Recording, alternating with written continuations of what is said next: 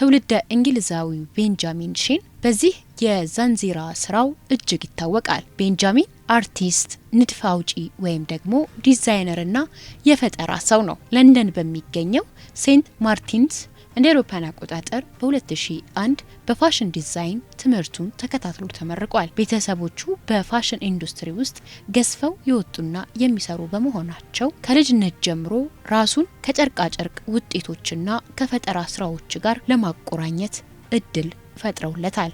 ቤንጃሚን ሁሌም አዳዲስ ፈጠራዎችን የመፈለግና አዲስ ግኝትን ለመፍጠር በሚያደርገው ጥረት ነፃነቱን እንደሚያገኝ ይናገራል። የተለያዩ ሀሳቦችን አውጠንጥኖ ሚዛናቸው እንዳይጓደል ተጠንቅቆ አገናዝቦ ስነ ውበታቸው ላይ ተራቆ በፋሽን ስራ ውስጥ ያልተለመዱ ፈጽሞ ያልተሞከሩ ነገሮችን መፍጠር የዕለት ተዕለት መለያው ነው። ታዲያ ለፈጠራ ስራው ዛንዚራን ሲጠቀም የተለየ ጥራት ያለው በመሆኑና ግልጽ ሆኖ ለሁሉም በእኩል የሚታይ ለማዋቀር ለማጣጠፍ የሚመች በመሆኑ ሀሳቡን መግለጫ ዋነኛ ምርጫ ማድረጉን ይገልጻል።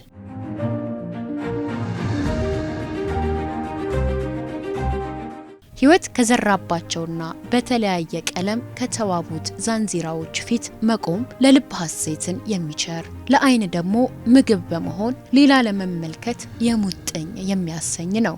ካውያ ክር መርፌንና ሸራን በመጠቀም የሰራቸው የሰዎች ፊት ብዙ ሀሳቦችን አምቀው የያዙ በመሆናቸው ተመልካች አንድም በተሰራበት አሰራር ሲገረም፣ ሁለትም ከሀሳባቸው ጋር አብሮ ይሟገታል።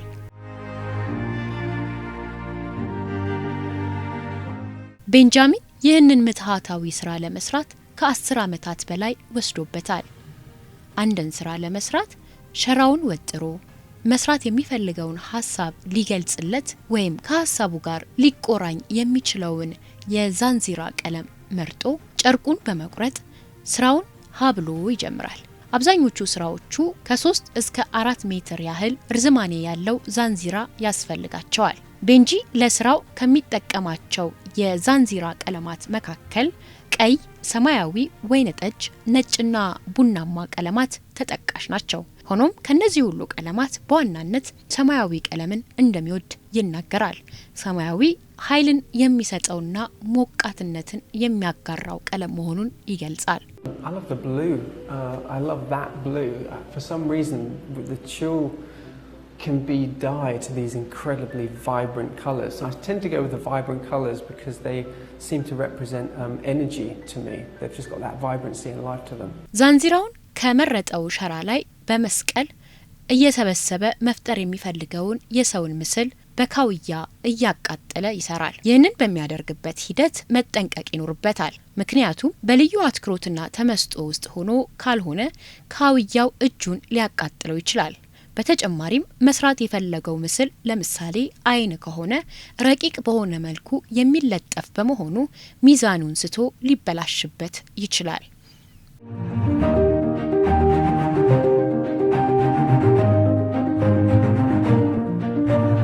በዚህ የስራ ሂደት ውስጥ የሚያስገርመውና የሚያስደንቀው ምንም አይነት ቀለምን አለመጠቀሙ እንዲሁም ደግሞ የትኛውም አይነት ስኬች ወይም ምስልን ለመሳል የሚያስችሉ ነገሮችን ተጠቅሞ ቀድሞ ከሸራው ላይ አለማኖሩ ነው።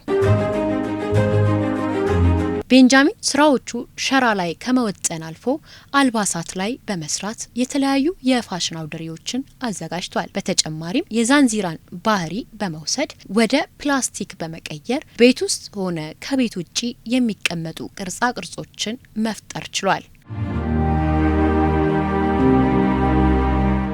ስራዎቹ ለእይታ ከቀረቡባቸው ስፍራዎች መካከልም ኒውዮርክ በሚገኘው የሜትሮፖሊታን የጥበብ ሙዚየምና የጥበብና ዲዛይኒንግ ሙዚየም እንዲሁም የእደ ጥበብና ካውንስል ዩኬ የለንደን ዲዛይን ሙዚየምን ጨምሮ በግል የጥበብ ተቋማት ማሳየት ችሏል። በእነዚህ አውደሪ ስራዎቹ ከመታየት ባለፈ ለሽያጭ በቅተውለታል።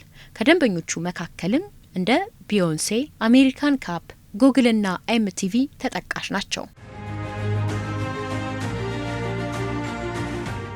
ቤንጃሚን የሬድ ኮት ዲዛይን ሽልማት፣ ኢንተርፕራይዚንግ ያንግ ብሪት አዋርድ በአውስትራሊያ የሚካሄደው የጥበብና መዝናኛ ኤክስፐርት ሽልማት እንዲሁም በ2017 የፋሽን ኢንዱስትሪውን በፋሽን ቢዝነስ ከሚቀርጹ ተጽዕኖ ፈጣሪ 500 ሰዎች መካከል አንዱ መሆን ችሏል።